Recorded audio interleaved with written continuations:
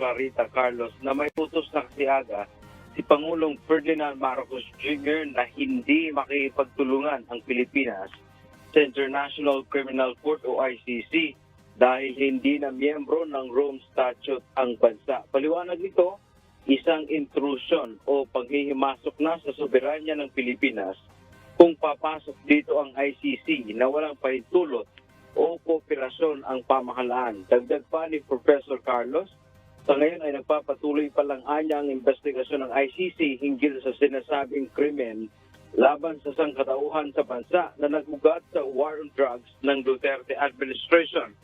Kaya paniwala nito na hindi totoong may arrest warrant ng ilalabas laban kay dating Pangulong Rodrigo Duterte. Ito ay sa kabila ng naunang pahayag ni dating presidential spokesperson Attorney Harry Roque na anumang oras ay maaaring ipapa-aresto na ng ICC ang dating presidente. Yan man ang ating update. Balik sa iyo, Aga. Maraming Tapat at hindi